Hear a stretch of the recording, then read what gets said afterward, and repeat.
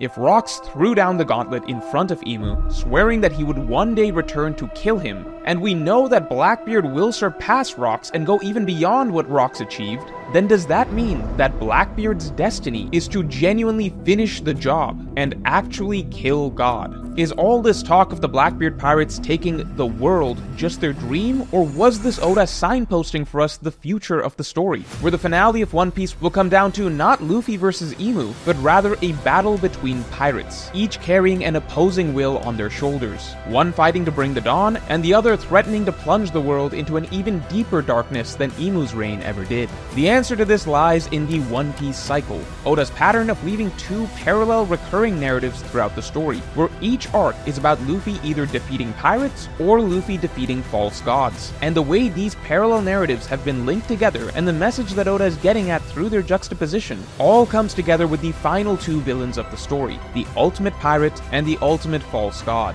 Today we're going to be breaking down who the true final villain of One Piece is going to be, and how the answer goes to the very core of One Piece's messaging that Oda has been building all along. But before we get into it, longtime viewers may notice that my skin looks a lot better today than it did when I started my channel several years ago. That's because I didn't really have a skincare routine when I was younger, and so I would get breakouts even in my early 20s. I had to learn to take care of my skin, so now my face has been pretty clear for several years. But the reality is that a lot of men, including many of the viewers of this video, don't really take care of their skin at all. That's going to lead to your face aging a lot faster than you like, and you're going to keep getting breakouts. Luckily, Manscaped, the sponsor of this video, has just released an all-in-one skincare kit, so you can have an easy skincare routine ready to go. You get the Face Buffer Pro, which scrubs your face to remove dead skin, and accompanying exfoliating face wash. Now, removing dead skin and exfoliating is really important because this is what unclogs your pores, and clogged pores are pretty much the biggest reason that you get breakouts. On top of that, you get a vitamin C serum in the bundle to brighten your face, and a hydrating moisturizer, because you actually do need to moisturize your face daily, otherwise you're going to be looking like you're 40 when you're 30. So if you're a guy, just start taking a couple minutes out of your day to quickly take care of your face. You'll look a lot younger in the long run, and you'll stop getting breakouts. You can get this all-in-one skincare kit for 15% off with my code MORGE. Just get the Skincare Ultra Advanced Kit for 15% off with promo code MORGE at manscaped.com, link in the description below. So that aside, to begin understanding the contrasting thematic and symbolic narrative buildup towards Blackbeard or Emu as the final villain, we must first understand the One Piece cycle. This is the centerpiece of all of One Piece's thematic messaging. The simple premise to begin with is that when an evil, selfish force takes power, it naturally becomes authoritarian and oppressive. This is of course what we see with the Celestial Dragons and the world government. The authoritarian regime forces the oppressed people of the world to obey it unconditionally, beating the people down and stepping on them over and over. Naturally, the suffering under such a regime leads to some people breaking away from the established order and becoming independent actors, doing whatever they like, aka pirates. However, these aren't necessarily good people either. Free does not automatically equal good. Free just means do whatever you want. And so this in turn leads to a lot of selfish independent actors attacking innocent people to take more for themselves. These actions in turn give the authoritarian regime a valid argument for why they need to be in charge, in order to protect the innocent people from these evil independent actors. And so the cycle continues to reinforce itself. The world government rules by rigidly controlling the people. This control leads to certain people rebelling and causing chaos. This chaos leads to the world government justifying its control, so on and so forth. And inevitably what one day happens is that at some point, some independent actor will become strong enough and the ruling power will become weak enough that a rebel independent actor will be able to rise up and destroy the ruling power. And what happens after that?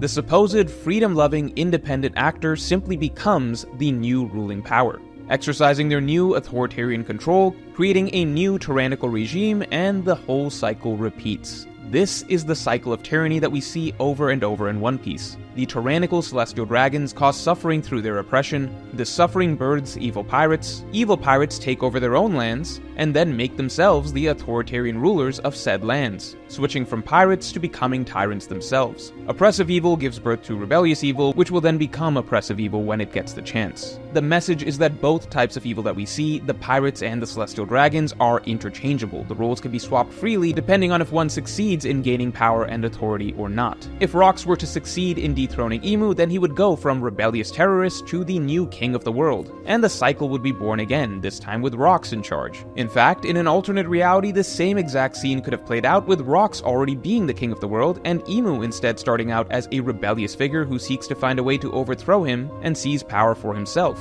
That's actually very similar to what Emu essentially did in the Void Century War, leading a faction to displace the dominant ancient kingdom that was at the top of the food chain and becoming god in the process. The idea is that the only way to break the cycle is for a rebellious independent actor to arise who is not selfish and power-hungry themselves, and for this actor to be the one to depose the ruling power. That is the only way to break the cycle and ensure that a tyrant is not replaced by another tyrant. However, the problem, of course, is that historically these good independent actors are few and far between. Characters like Luffy, Dragon, and Roger are the rarities. The reason the world is in the mess it is today is because the average pirate is much more like Blackbeard, Kaido, or Big Mom. Power-hungry, selfish pieces of shit.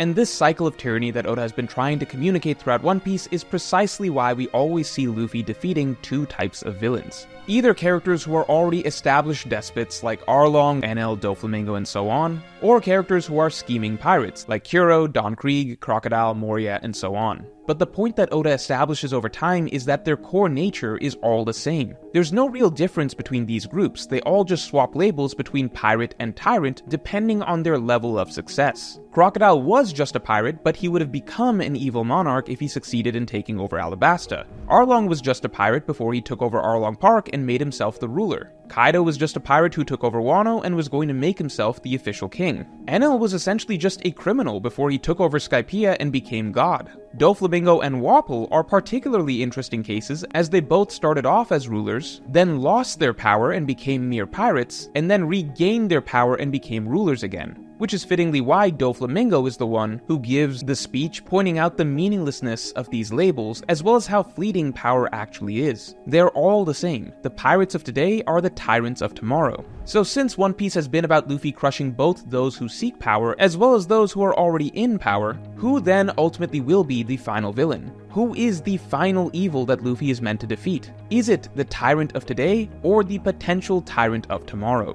What makes for a more fitting final battle of One Piece? Well, to begin with, from what we can tell, Blackbeard's hypothetical rule isn't necessarily set to be exactly the same as Imu's rule. Wano interestingly gave us a vision of the differences in forms of tyranny that Imu and Blackbeard represent on a broader scale. See, Orochi turned Wano into a miniature version of the Celestial Dragon's rule, where the land was essentially made into a prosperous heaven for some, while others suffered from poverty, oppression, and slavery. Orochi turned Wano into a hierarchical world, made to look beautiful on the surface, but filled with suffering on the margins. However, we then saw a shifting of the tyrants in real time, with Kaido, a pirate, usurping Orochi and declaring that Wano would now reflect his vision of an ideal world. And this world is very different. Under Kaido, Wano would essentially become a land of anarchy and violence, with the only absolutes being that Kaido will be on top, and that the weak would be forced into labor to fuel his future conquests. So right here in Wano we can see in a microcosm the difference between the type of rule that Imu currently represents, a false utopia, much like Doflamingo's rule over Dressrosa, or Enel's rule over Skypiea, where things are made to seem good on the surface, but in reality everyone is held in the hands of a controlling and greedy god, versus the type of rule that Blackbeard would represent, a world without order, just rampant violence, destruction, and lawlessness, where everyone fends for themselves while the king sits upon his throne. Hachinosu may already be a bit of a preview of what Blackbeard, and rocks before him, wanted to turn the entire world into. Now note, I don't think Oda is trying to draw a distinction between which type of rule is necessarily worse here. With Imu's current rule, to be fair, creating a fake utopia is beneficial in some ways, with many islands actually living in relative peace. It's just that that peace comes at the cost of absolute subservience, and being treated like the gods' playthings whenever they feel like it. Whereas with Blackbeard's rule, the reality is that the average person would probably die. A world where violence, murder, and crime runs rampant, with no real checks, is objectively a lot worse for the common man. But on the flip side, there's also the fact that being at the mercy of a petulant god like Imu, Doflamingo, or Enel also means that they might just choose to wipe everyone out on a whim if their subjects act up too much. So I really don't think Oda is trying to paint that as the preferable reality either. So with all that being the case, what is the argument for each contender as the final villain? Blackbeard's strongest argument is that he is the most significant and prominent long-running villain in One Piece. Blackbeard is One Piece's most unique and iconic villain, the most traditionally piratey pirate in a story centered around pirates, and he has by far the most personal antagonistic relationship with Luffy. The most emotionally intense and personal final battle for the story possible would be Luffy versus Blackbeard, which would tie together so much thematically and dramatically, with their long-standing rivalry coming to a head, Luffy's hatred and desire for vengeance for his brother, as well as the true successor of the Will of D and Joy Boy's will versus the successor of the Dark Path to the Dawn and Rox's will. And most importantly, this would conclude One Piece by coming full circle to the concept that we were fed on day one, that this is, at its core, a story about pirates competing with each other to claim the world's greatest treasure. Though in this case, it turns out that the world's greatest treasure seems to be the world itself. But to be fair, we already knew all that. We already knew why this would be fitting to conclude Luffy's story and the story of One Piece. What's changed is that we now understand why this would also be the fitting way to conclude Blackbeard's story as well. Now that we've seen the showdown between Rox and Emu, everything about Blackbeard's purpose in One Piece can be seen in a new light. Blackbeard isn't just a man who wants to become king of the pirates. Blackbeard is carrying a great will on his shoulders, a will that seemed to be practically written in stone to one day come to fruition. Rox was the first man to truly challenge God, and he swore that one day he would be back to dethrone him. While Rox himself of course couldn't do this in his lifetime, Blackbeard carries that same will in him, and he seems to have a plan that sets him up to go even beyond Rox. If Rox got all the way to God's doorstep and threw down the gauntlet, then isn't the next step for Blackbeard to get back to where his predecessor reached and actually finish the job? It's also possible, as many believe, that Blackbeard may even eat Emu's devil fruit in the process, as Blackbeard's flag has 3 skulls indicating that 3 is an important number for him, and so far Blackbeard has collected the most powerful Logia fruit and the most powerful Paramecia fruit, suggesting that getting the most powerful Zoan fruit from Emu may be the final step to cementing Blackbeard as the most powerful villain ever and the true final tyrant of One Piece. Would the setup for Luffy having to then dethrone Blackbeard, the new king of the world, so that Luffy could truly achieve his dream of becoming the king of the seas? This would be particularly symbolically fitting as Blackbeard represents the entire cycle of One Piece. Blackbeard was born into a world of violence and poverty due to the evil of the Celestial Dragon system that leads to the marginalized people of the world suffering.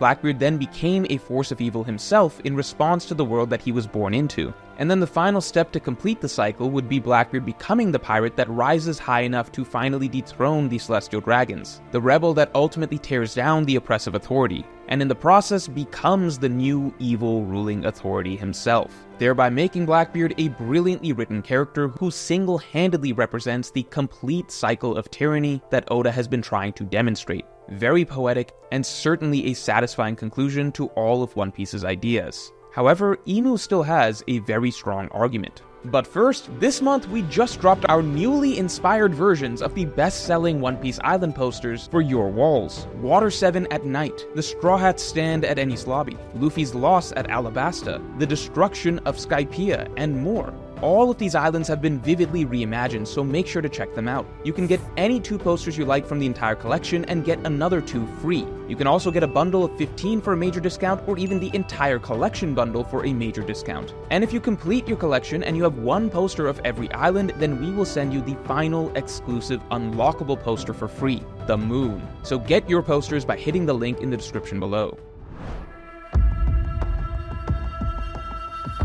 In Emu and Rox's confrontation, while Rox is throwing down a gauntlet that seems promising for Blackbeard's role as the final villain in the future, in the scene itself, Emu is still the one that radiates that unfazed final boss energy. And that is precisely because Emu really is the god of the world, which simply may mean that he has to be the final villain. Because at its core, while One Piece does showcase the cycle of tyranny beautifully, if you were to distill the most prevalent idea throughout One Piece into a single word, it would be liberation.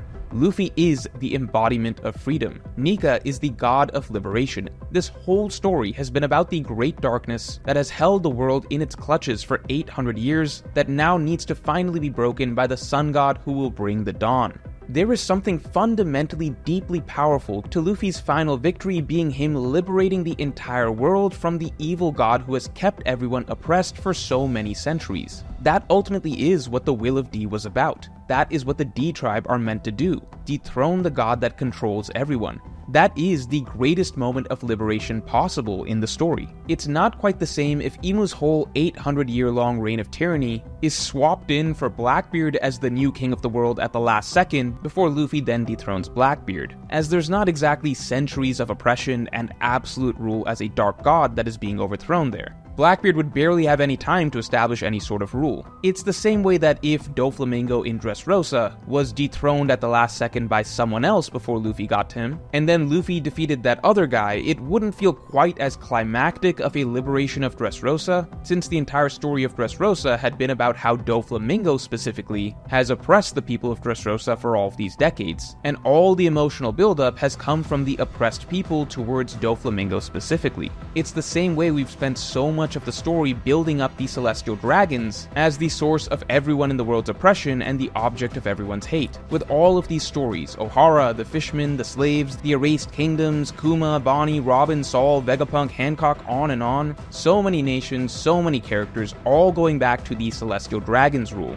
aka Imu's rule. Defeating Imu would carry the weight and symbolism of toppling the ultimate oppressive evil in a way that defeating Blackbeard simply cannot carry, because Blackbeard hasn't built a narrative of oppression to anywhere near the same degree. It's comparing 800 years of rule and 1100 chapters of establishing the ultimate oppressive regime to Blackbeard taking over for maybe a couple days and 100 chapters at best before being defeated. Note, if you want to argue that Kaido technically overthrew Orochi at the last moment before Luffy then toppled Kaido, that's not the same, as Kaido and Orochi already subjugated Wano together. The last 20 years was really Orochi and Kaido's joint oppression. Orochi was just technically the face, but the whole Wano rebellion was really a rebellion against Kaido from the start. So that aside, on top of this, while Blackbeard is certainly the far longer running mainstay villain of the story compared to Imu, the actual build-up to Imu has been far more significant than Blackbeard's. From the very beginning, Oda established that the world government of One Piece is an enemy, then he established that the world government is actually the greatest evil in the world,